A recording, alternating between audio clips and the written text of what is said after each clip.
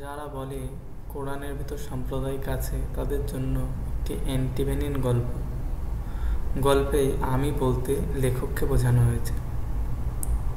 সেদিন শাহবাগ মোড়ে বসে আড্ডা দিচ্ছিলাম। আমি, সাজিদ, রূপম, মিলু, তারেক, শাহরিয়া আর মিশকাত। প্রথমে বলে রাখি, আমাদের মধ্যে সাজিদ হলো এক্স-এথিস্ট, আর আগে নাস্তিক ছিল, এখন আস্তিক। রূপম আর শাহরিয়ার এখনও নাস্তিক। মার্কসে হলো তাদের ধ্যান জ্ঞান। মিলু অ্যাগনস্টিক। স্রষ্টা কি সত্যিই আছে নাকি অদ্য নেই, সেই ব্যাপারে কোনো সমাধান মিলু এখনো আসতে পারেনি। তারেক, মিশকাত মোটামুটি কোনো দিকেই যায়নি এখনো। সপ্তাহে প্রতি রোববার আমরা এখানে আড্ডা দিই। আড্ডা না বলে এখানে পাঠচক্র বলায় জুৎসই।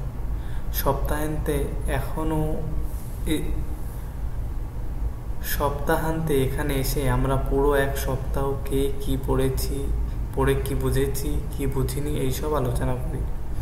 ভারী ইংরেজিতে, যেটাকে বুক রিভিউ বলা হয় আর কি। আজকের আলোচক দুজন, শাহরিয়ার আর সাজিদ। শাহরিয়ার আলোচনা করবে প্লেটোর রিপাবলিক এর উপর, আর সাজিদ আলোচনা করবে আল কোরআনের উপর। দুজনই তুখোর আলোচক। রিপাবলিক নিয়ে শাহরিয়ার আলোচনা বেশ জম্পেশ ছিল।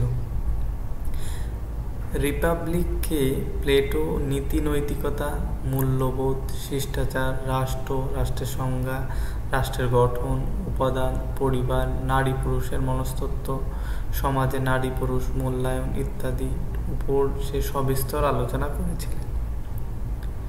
শাহরিয়ার খুব চমৎকারভাবে তার সারসংক্ষেপ আমাদের সামনে তুলে ধরল।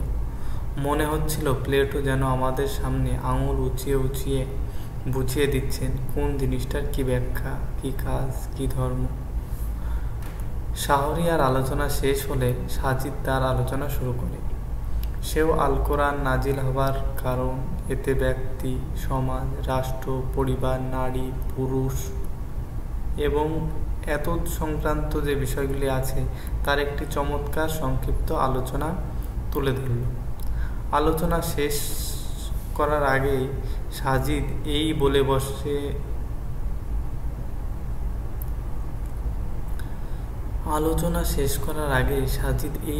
বলে শেষ করল যে আল কোরআন নাজিল হয়েছে সমগ্র মানবজাতির জন্য। এটি যে শুধু মুসলিমদের জন্য তা নয়। আমাদের সুশীলায় পরিভাষায় যেটাকে অসাম্প্রদায়িক বলে আর কি। এতটুকু বলে সাজিদ থেমে গেল। দুজনের আলোচনা বেশ প্রফুল্ল ছিল, কিন্তু গন্ডগোল পাকালো রূপম। সাজিদ আল কোরআনের অসাম্প্রদায়িক কিতাব বলেছে, এটা সে মেনে নিতে পারেনি। বলেইনি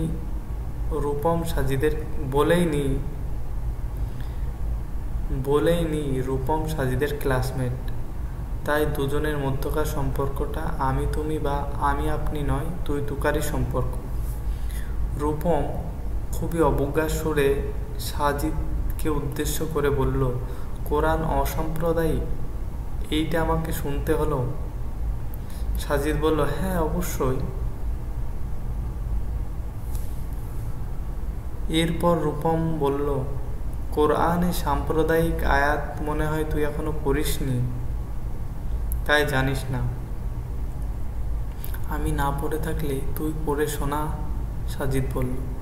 রূপম ইংরেজিতে সূরা আল ইমরানের 118 নম্বর আর আল মাইদার 51 নম্বর আয়াতটি পড়ে শোনালো, সাথে অনুবাদ করে পড়ল। সে বলল, O you who believe, do not take for intimate friend from among other than your own people. হে বিশ্বাসীরা, তোমরা মুমিন ব্যতীত অন্য কাউকে বন্ধুরূপে গ্রহণ করো না।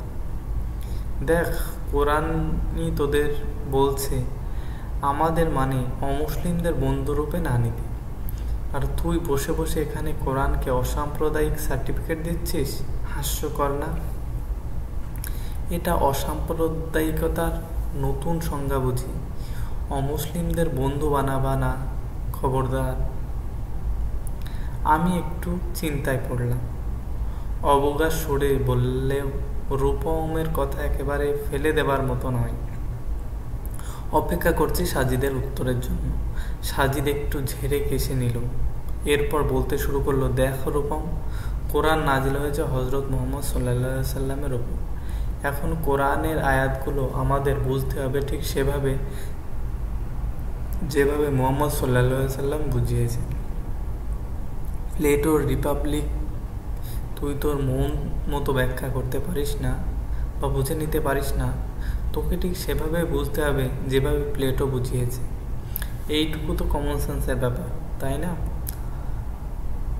রূপম বলল, এখন কোরআনকে আমরা যেভাবে বুঝবো, এখন কোরআনকে আমরা সেভাবেই বুঝবো যেভাবে মুহাম্মদ সাল্লাল্লাহু আলাইহি সাল্লাম বুঝিয়েছেন। প্রথমে তুই যে আয়াতের কথা বলবি সেই আয়াতে আসি। ওই আয়াতে আল্লাহ আমাদেরকে বলেছেন অমুসলিমদের বন্ধু হিসাবে গ্রহণ না করতে। এখানে আল্লাহ তাআলা বন্ধু শব্দটার জন্য যে অ্যারাবিক ওয়ার্ডটি ব্যবহার করেছেন তা হলো আউলিয়া, রাইট? রূপম বলল, হতে পারে, আমি আরবি বুঝি না। রূপমের আরবি বোঝার কথাও নাই, সে হিন্দু ফ্যামিলি থেকে উঠে আসা। ব্লগে মুক্তমনা তথা নাস্তিকের লেখা জোখা পড়ে কোরআন নিয়ে যা একটু জানে। সাজিদ আমাকে উদ্দেশ্য করে বলল, আরিফ, মোবাইল খুলে কোরআনের অ্যাপস থেকে আয়াতটা তিলাওয়াত করে শোনা। আমি শোনালাম। রূপম বিশ্বাস করলো যে সেই আয়াতে বন্ধু শব্দের জন্য আরবি আউলিয়া শব্দ ব্যবহার করা হয়েছে। সাজিদ বলল, শুনলি? হ্যাঁ। এখন আমরা এটাকে ব্যাখ্যা করব। অ্যারাবিক আউলিয়া শব্দটির জন্য দুটি অর্থ করা যায়, এক বন্ধু, দুই অভিভাবক। আমরা এখানে সেই অর্থটা নেব যেটা রাসূল সাল্লাল্লাহু আলাইহি সাল্লাম থেকে প্রমাণ হয়ে আসবে। তার আগে দুটি বিষয় ক্লিয়ার করি।